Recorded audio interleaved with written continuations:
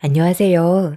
저는 최근에 남자가 여자에 미치면 어떻게 되는지 눈앞에서 모든 걸 지켜봤는데요. 그 끝은 두 눈 뜨고 볼 수 없을 정도로 처참하게 무너지는 모습을 보게 되었습니다. 제 나이는 40대 중반이고 현재 시모의 건강 문제로 꽤 오랜 기간 옆에서 병간호를 해드리고 있는 중이었어요.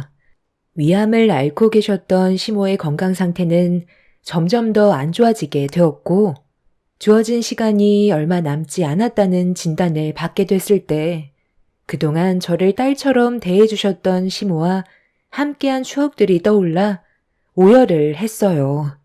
시모의 모습을 지켜본 남편 또한 충격을 많이 받았는지 괴로워하고 있었습니다. 그런데 항상 제 옆에서 시모의 건강을 같이 챙겨줬던 남편이 사실은 모든 행동들이 전부 거짓이었다는 걸 저와 시모는 이미 알고 있었어요. 단 하루라도 진실된 모습을 보여주길 바랐지만 남편은 시모의 건강이 점점 더 악화가 되어 갈 때마다 더욱더 대범한 모습을 보이고 있었습니다. 그 모습을 지켜보던 저와 시모는 내색을 하지 않았을 뿐 이미 어떤 일을 꾸미고 있는지 전부 알고 있었죠. 그리고 이번에 시모와 저는 오랜 시간 참아왔던 걸 터뜨리게 되었고 집안은 한바탕 난리가 나게 되었어요. 5년이라는 시간 동안 시모의 곁에서 항상 간병을 해드리는 게 쉽지만은 않았어요.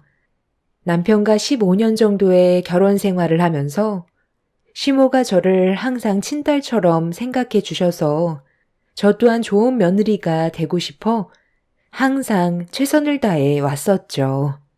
시모는 시부가 세상을 떠나시고 난 이후부터 항상 외로워하셔서 제가 옆에서 자주 챙겨드리며 허전해 하시는 공간을 대신 채워드렸고 시부가 사고로 세상을 떠난 충격에서 하루라도 빨리 회복시켜 드리기 위해 정말 많은 노력을 해왔었어요. 제가 결혼 초에 시부가 사고로 돌아가셔서 10년 가까이 시모의 곁을 지켜드렸죠. 오랜 시간이 지난 만큼 시모의 우울증은 없어졌고 정신적으로 건강을 되찾으셔서 앞으로 좋은 날만 있게 될 줄 알았는데 어느 날부터인가 시모의 건강 상태에 빨간불이 켜져 병원에서 검사를 받았었는데 충격적이게도 위암 판정을 받게 되셨습니다. 시부가 세상을 떠나신 충격에서 겨우 벗어나셨는데 시모의 건강에 적신호가 켜지게 되자 이번엔 반대로 저에게 우울증이 찾아왔고 믿어지지 않는 현실을 받아들이고 싶지가 않았어요. 워낙 늦게 암을 발견하게 되면서 온몸에 암세포가 전이가 되어버린 상태라 서둘러 큰 병원으로 입원해 항암 치료를 받아야만 했어요. 그렇게 하루하루 힘든 날들을 보내며 시모가 하루빨리 건강을 되찾길 간절히 바랐었는데 이런 심각한 상황 속에서 남편은 저 몰래 해선 안 될 짓을 저지르고 있었습니다.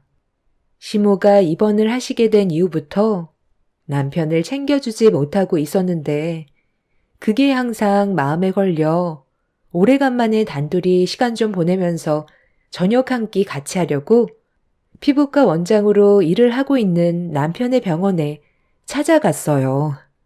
그런데 제가 로비에 들어오는 순간 카운터에 있던 실장님이 갑자기 저를 막아서며 진료실로 들어가지 못하게 하길래 당황한 얼굴로 안에 환자가 있냐고 물어보니 상담 중이라면서 표정 관리를 하지 못하길래 평소와는 좀 다른 모습을 보이는 실장님의 얼굴에 이상함을 느끼게 되었어요.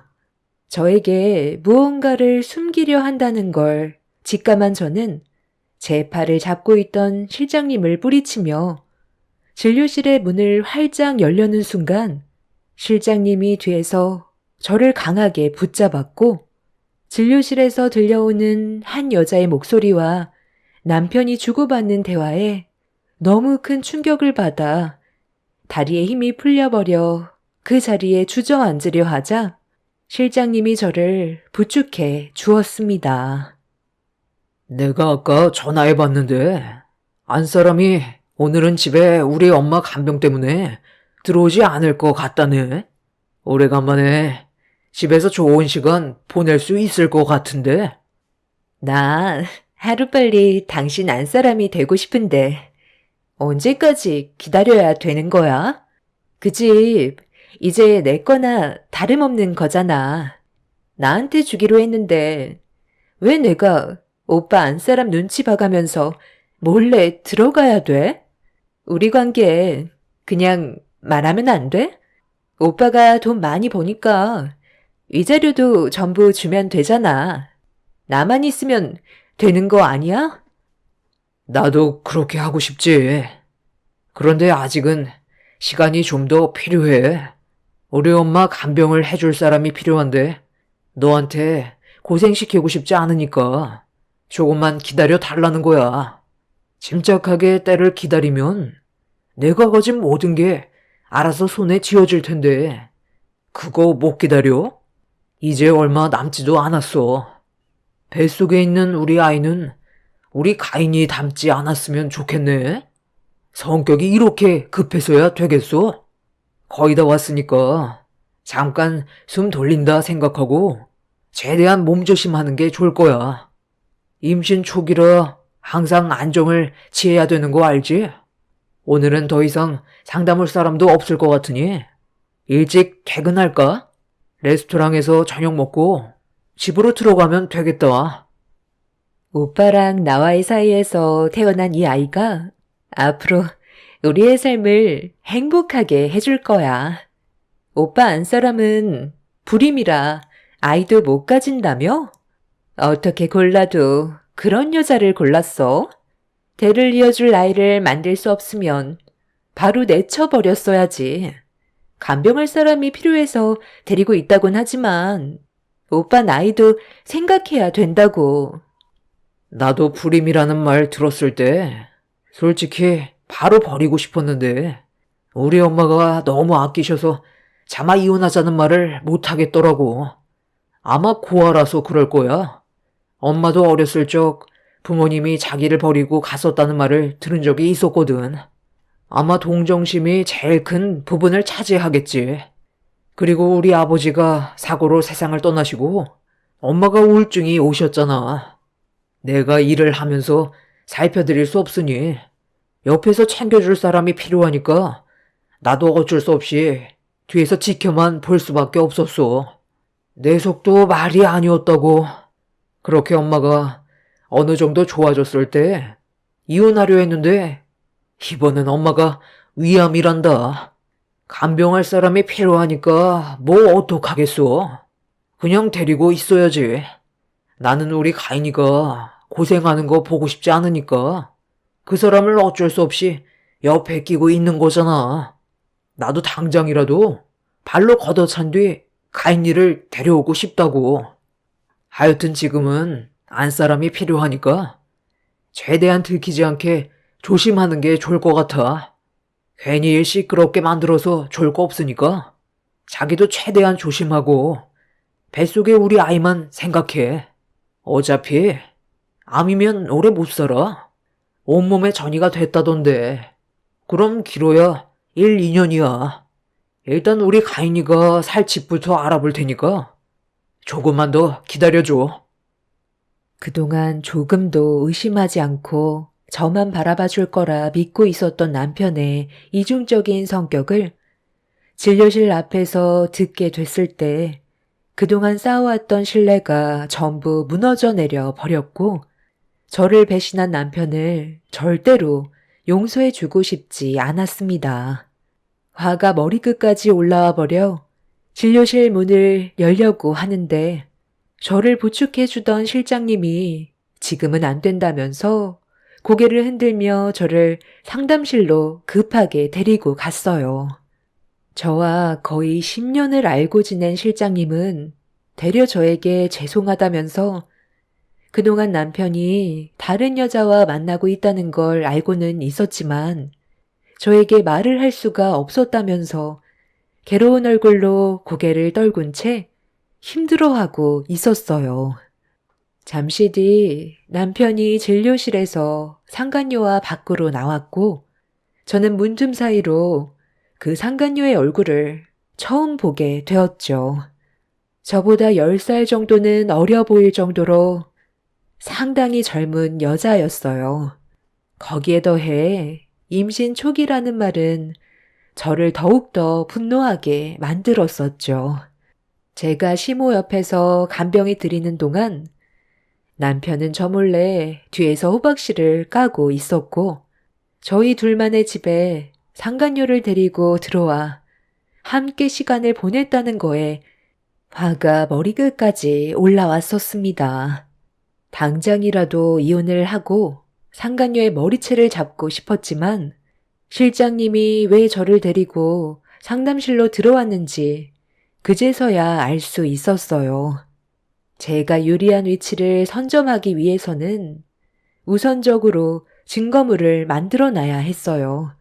그동안 저를 속여왔던 것처럼 저 또한 남편이 바람 피우고 있다는 걸 모른 척 하면서 결정적인 증거물들을 준비해야만 했었죠. 실장님은 그동안 남편이 상간녀를 병원에 데리고 드나들었던 모든 장면과 그리고 병원 직원을 몰래 접촉을 했던 장면이 담긴 CCTV를 저에게 챙겨주며 남편에게 큰 상처를 받았던 만큼 돌려주길 바라고 있었습니다. 실장님이 저를 이렇게까지 도와줬던 이유는 전에 결혼을 했지만 실장님의 전 남편도 바람을 피워서 이혼의 아픔을 겪었었는데 증거물이 준비가 되어 있지 않아 제대로 된 보상을 받지 못했다는 걸 듣게 되었죠. 그래서 저를 상담실로 데려온 거였어요. 준비 없이 무작정 현장을 잡는다고 쉽게 해결될 문제도 아니었고 되레 제가 피해를 보게 될 수도 있기 때문에 아예 변명조차 하지 못하게 철저히 준비해야 된다고 실장님은 제 손을 잡으며 슬픔을 같이 나누고 있었습니다. 그렇게 병원에서 남편이 그동안 어떤 짓을 저지르며 살아왔는지 CCTV에 찍혀 있는 영상들을 가지고 저는 다시 병원으로 향했어요. 저는 병실에 누워 계신 시모의 얼굴을 보자마자 남편한테 받게 된 배신에 결국 참아왔던 눈물을 왈칵 쏟아내게 되었고 감정 조절이 되지 않아 괴로움을 견디지 못하자 이런 제 모습을 보신 시모는 무슨 일이냐며 걱정스러운 눈빛으로 바라보시길래 천천히 걸음을 옮겨 들고 있던 핸드폰에 남편이 저 몰래 어떤 일을 저지르고 있었는지 찍혀있는 영상을 보여드렸어요. 그리고 남편이 바람 피우고 있는 모습을 전부 보게 되신 시모도 상당히 충격을 받으셨는지 말을 이어가지 못한 채 저를 안아주셨고 시모가 위로를 해주시는 한마디에 오열을 하고 말았습니다. 불쌍한 것. 우리 집에 시집와서 지금까지 희생하며 살아왔는데 그놈은 감사한 줄도 모르고 감히 바람을 피우다니. 다 내 잘못이다. 엄마로서 제대로 키우지 못해 이런 일이 생겼으니 앞으로 내가 모든 걸 책임지도록 하마. 그러니 슬퍼하지 말고 내 옆에만 있어다오. 네가 받은 상처들 몇 배로 돌려주마. 나 또한 어렸을 적에 두 부모가 내 눈앞에서 바람 피우는 걸 목격했었고 두 분은 내가 짐처럼 느껴졌는지 자식을 버리고 새살림을 차리셨었다. 그 아픔이 이 나이 먹도록 항상 마음 한편에 큰 상처로 남아 있었지. 그런데 내 아들이 이런 일을 저지를 거라곤 정말 상상도 못했었다. 너한테 너무 면목 없고 미안하구나. 시모는 아들을 제대로 키우지 못한 본인 잘못이라며 눈물을 흘리고 있는 저에게 몇 번이나 미안하다면서 안아주셨어요. 앞으로 모든 건 시모가 알아서 처리하겠다고, 저는 손 하나 까딱하지 말라고. 시모 또한 자기 아들에게 많은 실망을 했는지 분노를 가라앉히지 못하셨습니다. 애초부터 제가 많이 부족해서 남편이 저를 쉽게 본 것 같은 느낌이 들었어요. 진료실에서 저에 대해 상간녀에게 말을 했을 때 많은 걸 느낄 수가 있었습니다. 제가 고아에 아이까지 가질 수 없는 몸이다 보니까 함부로 대해도 된다고 생각을 했던 것 같아요. 시모도 저와 비슷한 환경에서 자라오셔서 그 아픔을 잘 알고 계셨고, 그래서 항상 저를 친딸처럼 생각해 주셨는데, 남편은 시모가 과거에 어떤 아픔을 겪었는지 뻔히 알면서도 저 몰래 바람을 피우고 있던 거였죠. 그날 이후 시모는 항암 치료를 받으시면서 상당히 바쁜 시간을 보내셨어요. 항상 어딘가에 전화를 하셨고 변호사를 불러 상담을 받고 있었습니다. 그런 시간을 보내던 어느 날 시모가 저에게 서류 하나를 건네주셨습니다. 도장만 찍으면 된다고 하시길래 무슨 서류인지 확인을 해봤는데 제 두 눈을 의심할 수밖에 없는 상황이었어요. 어머님, 이건 어머님 전 재산이신데 이걸 왜 저한테... 이건 제가 받을 수 있는 게 아니에요. 하루빨리 건강을 되찾으셔서 다시 일상으로 돌아가셔야죠. 왜 이런 선택을 하시는 거예요? 저는 받을 수 없을 것 같아요. 요즘 변호사도 자주 다녀가고 전화도 많이 하시는데 일단 건강부터 챙기시는 게 우선이에요. 내가 얼마나 살 것 같니? 주어진 시간이 그리 많지 않다. 그 전에 신변 정리를 하기 위해 서둘러 움직이는 것뿐이야. 네가 그동안 내 옆에서 얼마나 많은 고생을 했어? 이 정도는 충분히 받을 자격이 된다. 내 아들놈 손에 들어가봤자 상간녀랑 둘이 나눠 먹겠지. 너는 그걸 바라는 거냐? 그게 아니라면 고민하지 말고 도장 찍거라. 그리고 앞으로는 기죽지 말고 당당하게 살아. 너도 행복할 자격 충분히 있고 내가 그렇게 해주고 싶어서 그런 거니 미안해하지 않아도 된다. 나는 내 아들이 너를 진심으로 사랑하는 줄 알았고 편하게 눈을 감을 줄 알았는데 내가 생각했던 거와 너무 다르게 흘러가서 그놈이 내 눈앞에서 땅을 치며 후회하는 모습을 꼭 보고 싶구나. 그러기 위해서는 지금 도장을 찍어야 해. 그래야 후에 네가 제대로 된 복수를 할 수가 있다. 당연히 네가 받을 자격이 되니까 주는 거야. 내가 언제 어떻게 세상을 떠나게 될지 모르니까 우리도 미리 준비를 해야 되지 않겠어? 변호사한테 물어보니까 5년이라더라. 내가 너한테 증여한 재산이 법적으로 상속재산에 합산이 되지 않고 그놈이 유류분 반환 청구도 할 수 없는 기간이 5년이란다. 그 전까지 내가 살아있으면 좋겠지만 그 전에 세상을 떠난다 해도 내가 대응할 수 있게 변호사 준비까지 전부 다 해놨으니까 너는 걱정할 필요가 없다. 내 건물에서 병원을 차린 그놈이 나중에 이 사실을 알면 얼마나 속이 뒤집어지겠니? 5년 뒤면 그 건물은 법적으로 내 아들이 절대 건들 수 없게 되니까 그때까지 나도 최대한 버티고 이 사실을 숨기고 있어야 우리가 할 수 있는 최대의 복수가 되는 거다. 나중에 네가 우위를 선점했을 때 너 앞에서 무릎 꿇게 되는 그놈을 절대 용서하지 말고 꼭 행복하게 살아야 한다. 시모는 모든 걸 계획적으로 움직이셨고 저는 서류에 도장을 찍게 되었습니다. 그렇게 남편이 병원 일을 하고 있는 80억짜리 복합 건물은 제 소유가 되었고, 시모는 법적 분쟁에서 제가 힘들어지는 모습을 보고 싶지 않으셨는지 끝까지 버티려고 노력을 하셨어요. 남편은 바쁘다는 핑계로 아주 가끔 잠깐 얼굴을 비추고 다시 돌아갔었죠.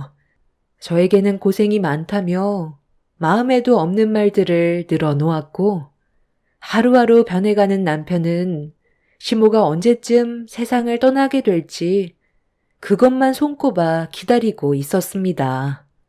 그래야 80억 건물이 남편의 소유가 될 수 있을 테니까요. 이미 저에게 증여가 된 것도 모른 채 남편은 그날을 상상하고 있었는지 병실 밖으로 나갈 때마다 항상 미소 짓고 있었어요. 하지만 시모는 악착같이 버티셨고, 남편이 저 몰래 상간녀와 바람 피우는 모든 일상들을 전부 다 보고받고 있었습니다. 저도 이미 남편에 대한 마음이 떠나버린 상태라 시간이 지날수록 바람을 피우고 있는데도 별 감정이 없었어요. 시모가 제 옆에서 든든한 지원군이 되어주셔서 아예 신경조차 쓰지 않게 되었죠. 남편은 시모가 악착같이 버티시는 모습을 지켜보면서 생각했던 것보다 꽤 오랜 시간이 흘러가게 되자 결국 속마음이 겉으로 표현이 되어 버렸고, 그 말을 듣게 된 시모는 충격을 많이 받으셨는지 처음으로 말을 이어나가지 못하셨습니다. 엄마, 도대체 왜 미련하게 붙잡고 계시는 거예요? 도대체 무엇을 원하시길래 악착같이 버티시려 하냐고요? 이제 그만해도 되잖아요. 너무 지친다고요. 이 사람이 엄마 간병해 드린 지가 벌써 아버지 돌아가시고부터 15년 가까이 되어가고 있어요. 이 사람도 생각을 좀 해주셔야죠. 의사가 뭐라는 줄 아세요? 이미 온몸에 암세포가 퍼져서 지금 당장 세상을 떠나셔도 이상하지 않을 만큼 심각한 상태라는데 버티고 계신 것만도 기적이라고 했어요. 왜 이렇게까지 버티시는 거예요? 엄마가 가진 재산이 저한테 넘어오는 게 아까워서 그런 거예요? 아직도 미련이 남는 게 있어요? 속마음을 말씀하지 않으니까 제가 알 수 있는 게 있어야죠. 사과해라. 지금이라도 늦지 않았으니까 사과하고 다시 제자리로 돌아올 수 있게 노력하거라. 그게 엄마가 진심으로 바라는 마지막 소원이다. 우리 엄마 뭐라고 하시는 거냐? 세상 떠날 때 되셨는데 버티고 계시니까 헛것까지 보이시나 보다. 아유, 속 터져. 그냥 편하게 눈 감으시면 되지. 도대체 왜 저러시는 거냐? 의사가 이번 달 넘기기 힘들다고 했는데 내가 봤을 때 우리 엄마 1년은 더 사실 것 같다. 정말 징하다 징해. 이제 나도 두 손 두 발 다 들었어. 어머님이 방금 사과하라고 하셨잖아. 왜 그런 말씀을 하셨는지부터 생각해 봐야 하는 거 아니야? 당신이 잘못한 게 있으니까 저러시지 않겠어? 내가 잘못을 했다고? 지금까지 가족을 위해 열심히 살아온 내가 뭘 잘못했다는 건데? 나처럼 가정에 충실한 사람도 없어. 병든 우리 엄마 옆에 오랜 시간 같이 있다 보니까 당신까지 정신 상태가 이상해진 거야? 쓸데없는 말 하지 말고 당신도 하루빨리 우리 엄마가 세상 떠나길 빌라고. 시모는 남편의 거침없는 말에 상당히 충격을 받으셨고 분노를 감추지 못하셨어요. 이미 시모가 한계라는 걸 저도 알고 있었지만 끝까지 버티시려 하시는 건 오로지 저를 위한 거라는 걸 알 수 있었습니다. 남편이 가고 나서 힘겨워하시는 시모의 손을 잡고 그만하셔도 된다고 했지만 시모는 제 말이 끝나자마자 손을 더 꽉 잡으셨어요. 그렇게 이를 악물고 버티신 시모는 5년이라는 시간을 채우셨고 저에게 증여된 건물에 대한 소유권을 남편은 법적 상속 재산을 주장할 수 없게 되었죠. 그렇게 힘든 고통의 시간을 보내오신 시모는 마지막으로 아들의 얼굴이 보고 싶다며 남편이 일하는 병원으로 가주길 바라셨어요. 저희가 남편의 병원에 들어서자마자 실장님이 나오셔서 난감한 얼굴로 저에게 달려와 진료실 안에 남편과 상간녀가 있다며 저에게 상황을 설명해 주었습니다. 저는 시모가 타고 계신 휠체어를 끌며 진료실로 향했고 문 앞에 멈추는 순간 상간녀와 남편이 서로 다투고 있었는지 안 좋은 말들을 주고받고 있었습니다. 도대체 언제까지 기다리라는 건데? 1, 2년이면 된다고 해놓고 벌써 5년이나 지났잖아. 차라리 그냥 이혼 소송으로 끝내고 위자료 줘버리라니까? 이제 한 달도 안 남았어. 우리 엄마 곧 세상 떠나시는데 괜히 심기 불편하게 해드렸다가 내가 바람 피웠다는 사실 알게 되면 가지고 계신 재산 전부 기부해버리면 어떡해? 이 건물 소유가 우리 엄마로 되어 있는 거 몰라? 지금까지 잘 버텨왔으면 한 달을 못 참아? 이제 다 왔어. 정말 끝났다니까. 아이도 다시 가지면 되잖아. 유산 그거 아무것도 아니야. 당신은 건강해서 충분히 기회가 있다고. 너무 조급해하지 마. 그럴수록 우리가 더 불리해지는 거 몰라? 나만 믿고 따라오라고. 꼴값들을 떨고 있네. 당신 정말 끝까지 정신 못 차렸구나. 몇 번이나 어머님이 기회를 주셨는데도 정신을 못 차리고 있어? 어머님이 오죽했으면 여기까지 오셨겠어. 엄마. 갑자기 여긴 왜 오셨어요? 당신이 어디부터 들었는지 모르겠지만 다 내가 설명할 테니까 일단 진정하고 우리 자리부터 옮길까? 너한테 몇 번이나 사과하고 제자리로 돌아오라는 말을 몇 번이나 했었다. 그런데 너는 끝까지 정신을 차리지 못하고 뒤는 돌아보려 하지 않더구나. 내가 오늘 여기 온 건 너한테 더는 기회가 없다는 말을 해주고 싶어서 왔다. 이 건물 우리 며느리한테 증여했고 법적으로 너한테는 어떠한 소유권도 없으니 이제 며느리 건물에서 나가도록 해라. 엄마가 항상 너한테 뭐라고 그랬지? 한 번 꾸린 가정 절대로 놓지 말라고 했잖아. 입이 닳도록 얘기했었는데 너는 엄마 말을 무시하고 저런 저급한 여자랑 바람을 피워?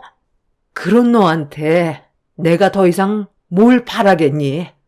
지금까지 정신력으로 이 약 물고 버틴 이유도 다 너한테 벌을 주기 위해서였다. 오늘 이 시간부로 며느리를 위해 이혼 전담 변호사들이 너를 상대할 거다. 증거는 5년 동안 차고 넘치게 모았으니까 아마 빠져나갈 구멍은 없을 거다. 너 같은 년이 감히 우리 집안을 건드려? 내가 널 평생 땅을 치며 후회하도록 만드마. 각오 단단히 하는 게 좋을 거야. 남편과 상간녀는 예상하지 못한 상황에 당황해선 말도 제대로 이어가지 못했어요. 80억이나 되는 건물이 제 소유가 됐다는 걸 남편은 믿을 수 없었는지 시모에게 소리치며 당장 원상태로 돌려놓으라고 병원에서 난리를 쳤고 시모는 버티실 때까지 버티셨는지 결국 그 자리에서 정신을 잃게 되셨습니다.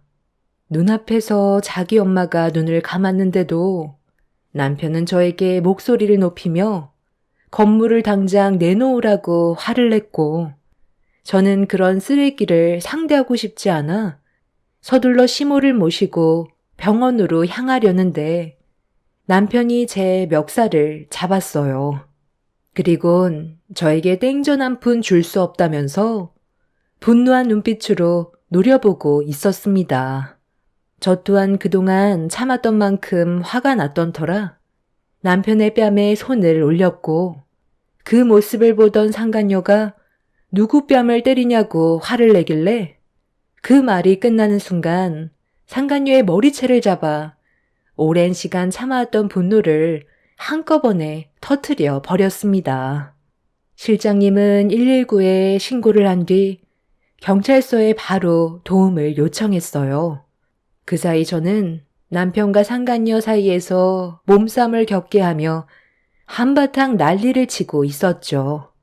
그런데 상간녀가 모든 게 끝이 났다고 갑자기 남편의 뺨을 올려 쳤는데 남편도 이미 앞뒤 안 가릴 정도로 이성을 잃어버려 상간녀를 탓하고 있었습니다. 저를 향한 분노가 서로에게 돌아섰고 둘이 몸싸움을 벌이고 있는데 상간녀가 남편을 강하게 밀치는 순간 바닥에 엎질러진 물에 발이 미끄러졌는지 책상 모서리에 얼굴을 부딪힌 뒤 비명을 지르고 있었어요. 진료실에서 뒹굴던 남편의 얼굴에 피가 흘렀고 그 사이 구급차가 와서 시모와 남편을 데리고 응급실로 향했습니다. 뒤이어온 경찰들은 사건에 대해 조사를 이어나갔고 상간녀는 주저앉은 채 온몸을 떨고 있었어요. 저는 급하게 응급실로 향했고 도착해서 상황 설명을 듣자마자 오열을 하고 말았습니다. 시모는 이미 세상을 떠나신 상태였고 남편은 눈을 심하게 다쳐 수술을 하고 있다는 말을 듣게 되었죠. 남편이 어떻게 되든 상관없었지만 시모와 마지막 한마디 나누지 못하고 세상을 떠나셨다는 거에 너무 마음이 안 좋았어요. 저를 도와주시기 위해 힘들게 버텨오셨는데 감사하다는 말조차 하지 못했었죠. 남편은 한쪽 눈을 크게 다쳐 수술을 했지만 결국 실명을 하게 될 거라는 말을 듣게 되었고 저는 시모의 장례를 치러 드렸습니다.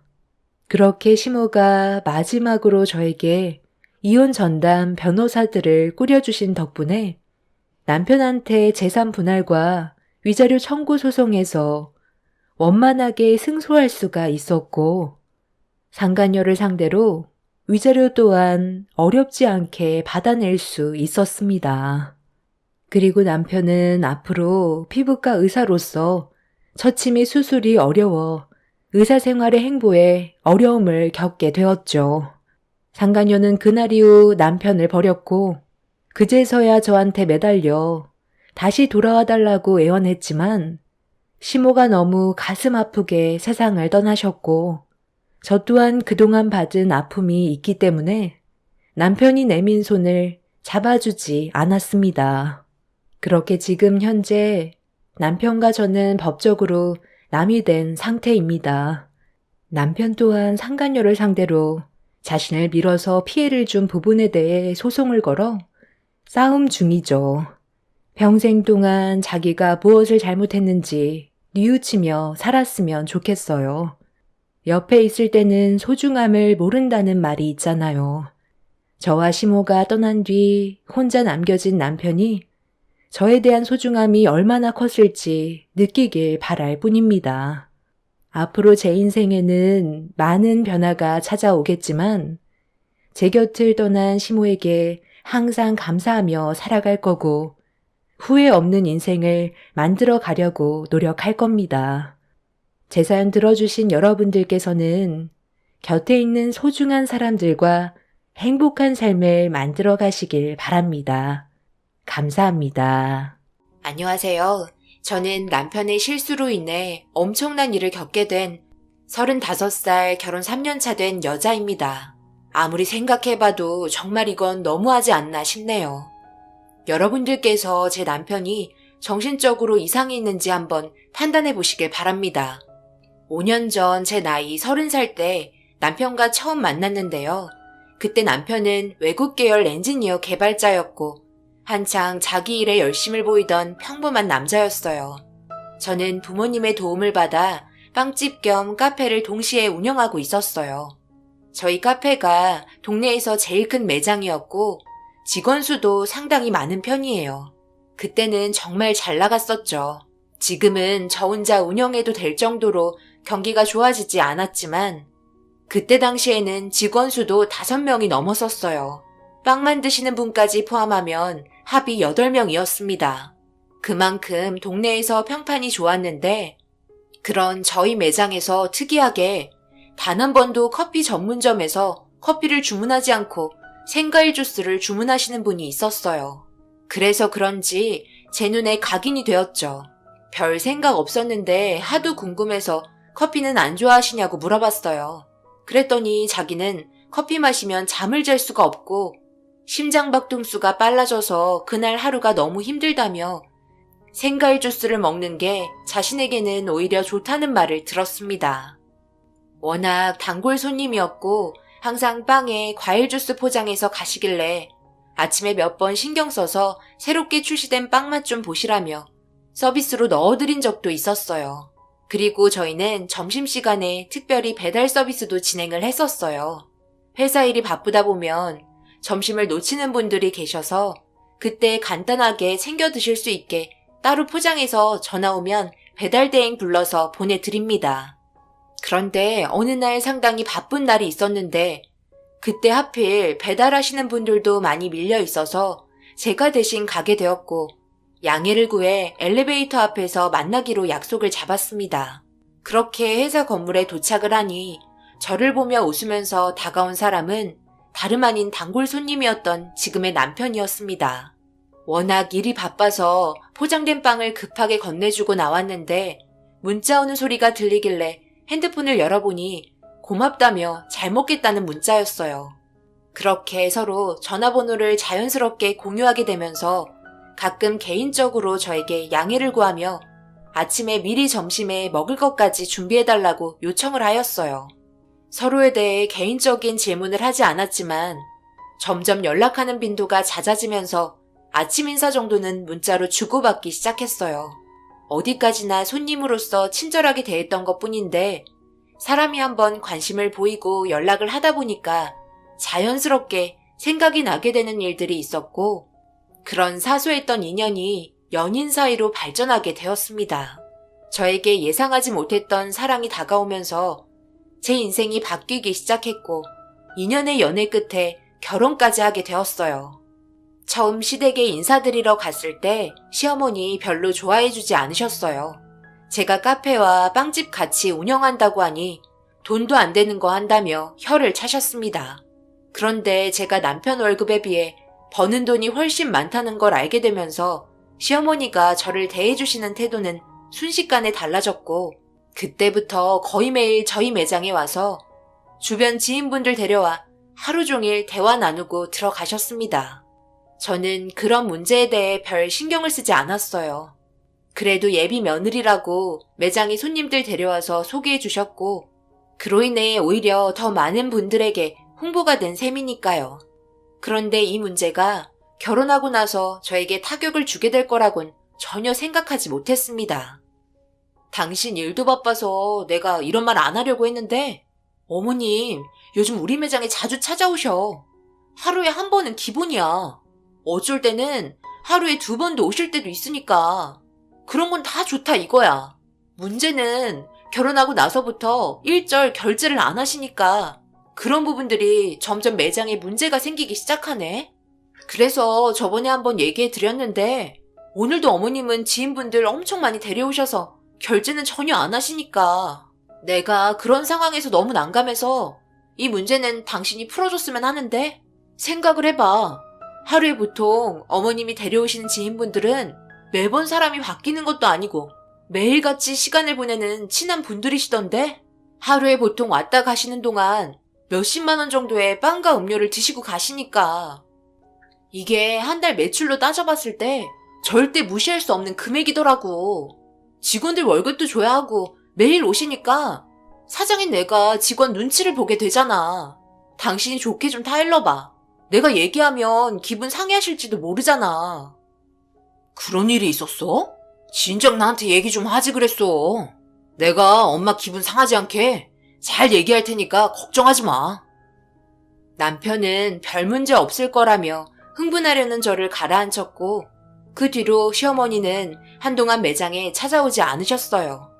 기분이 상하신 건지 괜히 얘기했나 생각하며 전화도 드려봤지만 받지 않으셨습니다. 아무래도 단단히 화가 나신 것 같아 어머님이 좋아하시는 커피와 빵을 포장해서 퇴근하는 도중 잠시 들려 초인종을 눌렀는데 아무도 안 계신 것 같았어요. 그래서 다시 어머님께 전화를 해봤지만 연락이 되지 않아 현관문에 걸어두고 집으로 돌아왔습니다. 그런데 그날따라 남편도 집에 늦게 들어오더라고요. 평소에는 저와 비슷하게 퇴근하거나 저보다 먼저 퇴근하는데 남편도 연락 한 통 없이 집에도 없어서 기분이 별로 좋지 않았어요. 뭔가 꼭 숨기는 것 같은 느낌이 들었고 이런 문제로 의심하는 것도 싫었거든요. 그래서 더 이상 연락하지 않고 계속해서 기다려봤어요. 언제까지 연락을 안 할 건지. 그런데 제 한계를 시험하는 건지 남편과 어머님이 저를 완전히 무시하는 행동을 하고 계셨습니다. 다음날 아침이 밝았는데도 아무런 연락도 없었고 문자 한 통도 없었어요. 화가 머리끝까지 올라온 저는 아침 일찍 카페 오픈하고 남편 회사에 들어갔어요. 엘리베이터를 타고 남편 사무실에 도착한 순간 남편이 저와 마주쳤고 저는 그 자리에서 뭐 하는 거냐며 고래고래 소리를 질렀습니다. 남편 회사에서 소리를 지르는 게 별로 좋은 이미지를 주는 건 아니었지만 그때 당시 출근한 사람도 많지 않았고 부부인 거 대부분의 사람들이 알고 있었기 때문에 사랑 싸움 하나보다 생각하며 대수롭지 않게 넘어가셨어요. 남편도 놀랐는지 저를 휴게실로 끌고 들어갔고 남편은 입에 껴놓은 칫솔을 빼면서 되려 저에게 화를 내고 있었습니다. 그리고 제 기억 속에는 없는 말을 늘어놓기 시작했어요. 이게 뭐 하는 짓이야? 회사에 갑자기 찾아와서 소리 지르면 어떡해? 뭘 잘했다고 나를 그렇게 쳐다보는 거야? 나 지금 화장실에서 씻고 나오는 거 안 보여? 지금 얼마나 피곤한데. 도대체 왜 그래? 뭐라고? 씻고 나왔다고? 집 놔두고 여기서 퍼질러 잤냐? 도대체 왜 전화 안 받는 건데? 내가 어제 얼마나 많이 기다렸는 줄 알아? 어머님도 전화 안 받고 당신도 전화 안 받는데 무슨 이유인지도 모르는 나는 그냥 발만 구르고 있으라는 거야? 아, 무슨 소리야. 내가 어제 분명히 회사에서 밤샘 작업해야 한다고 얘기했잖아. 그리고 핸드폰을 가지고 들어가면 안 되는 보안구역에서 일을 해야 해서 연락 못 받을 거라고 분명히 얘기했는데 쓸데없는 말 하고 있어. 그리고 엄마 상갓집 가셨잖아. 제일 친한 친구분께서 갑상선 암으로 돌아가셨다고 내가 대신 전달해줬는데 기억 안 나? 너 벌써 치매 온 거냐? 나 지금 신경 쓸 것도 엄청 많은데 진짜 무슨 문제 있는 건 아니지? 남편의 말에 저는 엄청 당황스러웠어요. 분명히 저는 그런 말 한 번도 들은 적이 없는데 거짓말이라고 하기에는 너무 자연스럽게 얘기해서 제가 잘못 들은 것 같아 난감해하고 있는데 제가 믿지 못하는 것 같았는지 남편은 지나가던 동료 직원을 붙잡아 어제 상황에 대해 대신 설명 좀 해달라고 부탁을 했고 동료 직원분께서 전날 남편이 보안구역에서 일을 하고 있었다며 자기도 왔다 갔다 하면서 일손을 도왔다는 충격적인 말을 꺼내고 있었습니다. 남편은 어머님한테 전화를 했고 수화기에서는 어머님의 목소리가 들려왔어요.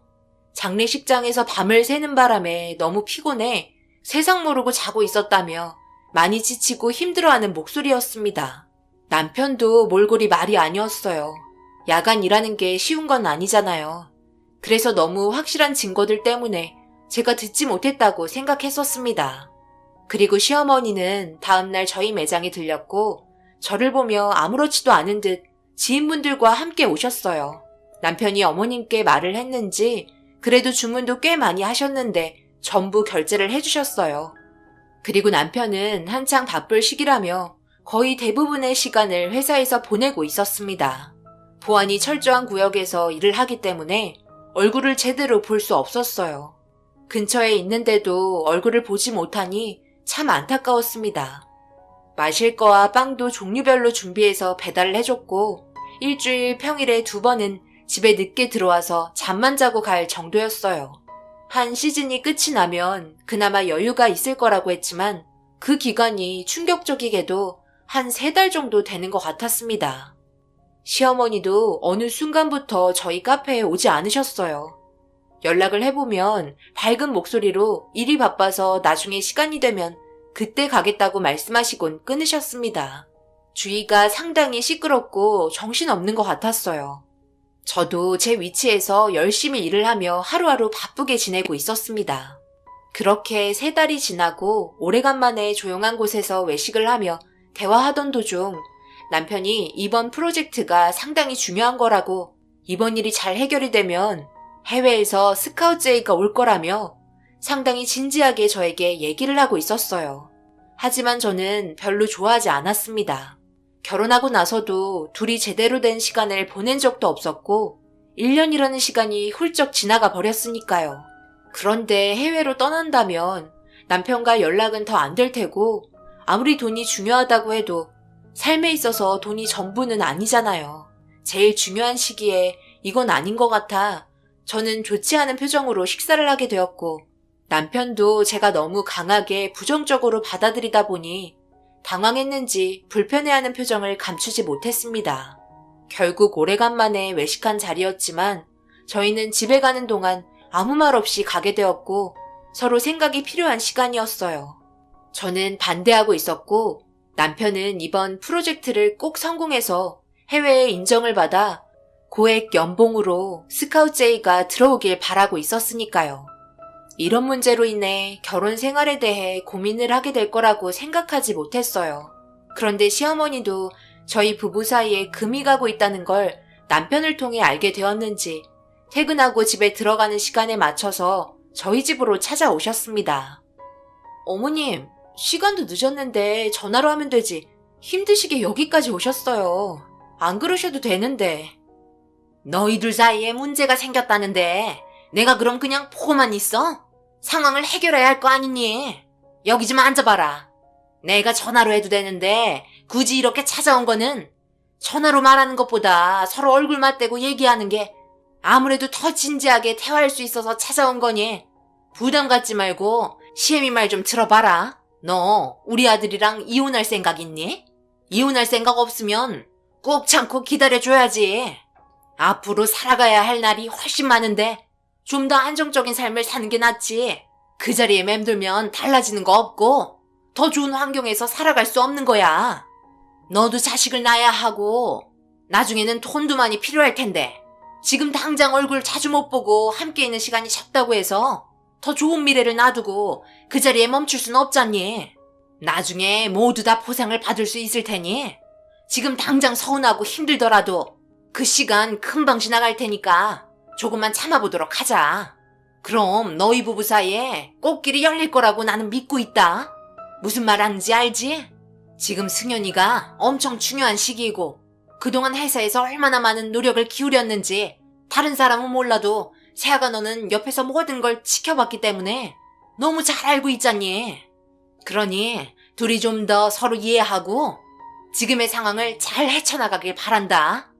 그럼 나는 할 말 다 끝났으니 들어갈 테니 나오지 말고 나중에 시간 되면 카페에 들리던지 하마. 시어머니는 저와 남편의 사이가 좋아지길 바라셨어요. 그 이유는 아버님과 어머님이 좋지 않은 관계로 인해 예전에 헤어졌다는 말을 들었었거든요. 서로의 성격 차이 문제로 이혼했기 때문에 그런 아픔을 잘 알고 계신지 저희까지 이혼의 아픔을 겪게 하고 싶지 않은 것 같았습니다. 저도 시어머니와 오랜 시간 대화를 하면서 어느 정도 마음이 진정이 되었고 결국 남편이 원하는 대로 자신의 꿈을 펼칠 수 있게 뒤에서 지원해줄 수 있는 부분은 도와주면서 묵묵히 지켜보고 있었어요. 그렇게 바쁜 시간들이 지나고 저도 제 위치에서 열심히 일했어요. 아기 계획도 하고 싶었지만 남편이 해외로 일을 떠나게 되면 저 혼자 아기를 낳아 키우는 것도 자신이 없어 그건 나중에 계획하기로 했어요. 그렇게 결혼 생활이 2년 중반쯤 지났을 때 남편은 저에게 할 말이 있다며 진지한 표정으로 현관에서 들어오며 소파에 앉으라고 말했고 그리고 남편 입에서 나온 말은 다름 아닌 해외의 고액 연봉으로 스카우트제이가 들어왔다며 엄청 좋아하고 있었습니다. 그동안 정말 열심히 일을 했다는 걸 알고 있었기 때문에 그에 따른 보상을 받았다고 생각했어요. 축하한다고 했지만 뭔가 복잡 미묘한 감정이 저를 힘들게 했습니다. 남편이 곧 떠나야 한다는 게 정신적으로 너무 힘이 들었어요. 그리고 남편은 해외로 떠나려고 이것저것 준비를 하게 되었고 저도 들떠있는 남편을 도와주었습니다. 앞으로 더 나은 미래를 위해 계획하는 거라고 좋게 생각하려고 노력했어요. 이런 문제를 친정 엄마한테도 얘기해봤는데 좋은 방향 쪽으로 설명해 주셨고 집안의 가장이 무너지지 않고 잘 돼야 행복할 수 있는 거라며 사위가 대단하다고 좋게 봐주셨어요. 그렇게 남편은 해외로 출국해야 하는 날이 다가왔고 이것저것 정신없이 도와주고 있었습니다. 떠나 보내야 하는 입장이다 보니 결국 참아왔던 눈물이 터지고 말았어요. 6개월 뒤에 잠시 귀국할 수 있다고 얘기했지만 그 기간이 저에게는 너무 힘든 시간일 것 같아 눈물은 멈추지 않았습니다. 그렇게 집에 있던 짐들을 차에 싣고 있었고 남편은 걱정하지 말라며 금방 돌아올 거라고 저를 안아주었어요. 그런데 갑자기 회사에서 전화가 왔는지 나중에 전화하겠다며 급하게 차에 올라탔고 남편에게 손인사를 하면서 보내줬습니다. 그런데 차가 지나가고 그 자리에 아직 남아있는 하나의 짐이 있었고 캐리어를 마저 싣지 못한 채 출발을 하는 남편에게 소리쳤지만 통화를 하고 있어서 듣지 못하는 것 같았어요. 저는 남편에게 계속해서 전화 연결을 시도했지만 통화 중이었습니다. 결국 어쩔 수 없이 캐리어를 들고 집으로 돌아왔어요. 그런데 처음 본 캐리어였고 해외로 떠나기 전에 새로 산 것 같았습니다. 집에 들어온 저는 혹시 더 챙겨줄 게 있는지 캐리어를 열어보려고 했는데 비밀번호로 잠겨 있었고 이것저것 맞춰보다가 남편 핸드폰 뒷자리로 버튼을 누름과 동시에 캐리어는 덜컥 소리를 내며 열리게 되었어요. 그리고 캐리어 안을 펼치는 순간 너무 무방비했던 저는 그 안에 있던 내용물을 본 순간 경악을 하고 말았어요. 그리고 뒤이어 남편에게 전화가 왔고 저는 차마 전화를 받을 수가 없었습니다. 지금의 상황을 어떻게 해결해야 할지도 몰랐고 진정도 되지 않은 상태에서 전화를 받는다면 아무런 대처도 할 수 없을 것 같았어요. 그래서 마음의 진정이 될 때까지 전화를 받지 않았고 혹시 남편이 올지도 모르기 때문에 캐리어는 숨겨놓고 있었어요. 그런데 생각했던 것처럼 남편은 급하게 현관문으로 들어오면서 무언가를 찾는 것 같았습니다. 저는 남편을 바라보며 뭐 하냐고 물어봤네요. 무슨 일 있는 거야? 갑자기 왜 돌아왔어? 이러다 비행기 늦으면 어쩌려고? 빨리 가봐야 한다며? 그게 내가 캐리어 하나를 놓고 간 것 같은데 차에 없는 것 같아서 집에 있나 해서 와봤지. 거기에 입을 옷이 있거든. 그래? 난 못 봤는데? 당신 출발할 때도 아무것도 없었어. 확실히 잘 찾아본 거 맞아? 어디에 분실한 건 아니고? 남편은 한참을 집안 구석구석 캐리어를 찾기 시작했고 결국 나오지 않자 다녀오겠다며 늦었는지 급하게 밖으로 나갔습니다. 저는 남편 차가 출발하는 걸 확인하고 다시 캐리어를 열어 꺼내보았고 다시 봐도 남편이 가지고 있다는 게 전혀 이해되지 않는 물건들이 가득했어요. 하나하나 구석구석 살펴보게 되었고 그리고 그 안에 지퍼가 있길래 열어보니 충격적이게도 제가 알고 있는 사람과 함께 찍은 사진이 들어있었습니다. 거기에 더해 남편 무릎에 앉아있는 아이 사진이 들어있었네요. 이해할 수 없는 물건들의 결정적인 증거가 되는 사진이었습니다. 캐리어 안에는 1살에서 2살 사이의 아이가 입을 수 있는 옷들과 함께 필요한 물건들이 가득 들어있었고 그동안 함께 찍었던 앨범까지 잘 포장이 되어 있었어요. 그걸 보면서 더 충격이었던 건 남편이 제가 아는 여자와 함께 여행을 간 시기가 남편이 회사 일로 바빠서 집에 들어오지 못한 시간과 겹치는 날이었어요. 결국 남편이 저 몰래 바람을 피우고 있다는 걸 알게 되었습니다. 그런데 그 과정들이 하나하나 풀어가다 보니 소름이 돋을 정도로 너무 철저하게 움직이고 있었어요. 먼저 남편과 바람이 난 여자는 저희 카페에 일하던 직원이었고 무슨 이유 때문인지 갑자기 일을 그만두게 되는 상황이 있었습니다. 제가 결혼한다고 했을 때 일을 그만뒀었거든요. 그래서 그 직원 전화번호가 있길래 전화를 걸어봤는데 없는 번호라고 나오고 있어서 남편에게 침착하게 다시 전화를 걸었습니다. 남편은 제가 전화를 하자마자 급하게 받더니 하는 말이 캐리어 찾았냐는 말이 먼저 나왔고 공항에 거의 다 도착한 상태라며 걱정을 하고 있었습니다. 택시를 타고 공항으로 지금 출발한다며 제 시간에 도착할 것 같아 도착한 후에 전화하라고 얘기한 후 끊으려는데 갑자기 아기가 칭얼거리는 소리가 들려왔어요. 그리고 바로 끊겼습니다. 그때 제 심장은 터질 것처럼 빠르게 뛰기 시작했고 급하게 택시를 불러 공항으로 향했어요. 비행기를 절대 태우면 안 된다는 걸 직감하게 되었죠. 함께 떠나버리면 저는 아무것도 할 수가 없으니까요. 그렇게 공항에 도착해서 남편을 찾기 위해 이리저리 뛰어다니고 있는데 이상하게 남편이 비행기를 타고 떠나야 할 시간에 목적지로 가는 비행기는 없었고 아무리 살펴봐도 남편이 떠난다는 시간의 비행기는 아주 늦은 저녁에 있었습니다. 그때 뒤통수를 맞은 것 같은 느낌이 들었어요. 뭔가 잘못됐구나 생각했죠. 다시 택시를 타고 이 문제를 시어머니에게 얘기하려고 방향을 틀어 도착했는데 충격적이게도 남편 차가 시어머니 집 앞에 주차가 되어 있었습니다. 그리고 더 큰 충격은 시어머니가 사진 속에 있던 아이를 안고 있었어요. 그 옆에는 함께 일했던 직원이 걸어 나오며 서로 행복한 웃음으로 바라보고 있었습니다. 저는 택시에서 급하게 내려 전봇대 뒤로 숨은 뒤 그 장면을 전부 찍기 시작했고 뒤이어 들리는 대화 소리에 저는 오열하고 말았어요. 남편과 시모의 엄청난 배신에 저는 이가 깨질 정도로 꽉 깨물고 듣고 있었어요. 여기는 걱정하지 말고 조심히 들어가라. 뒤는 내가 책임질 테니 너는 가서 일이나 잘해.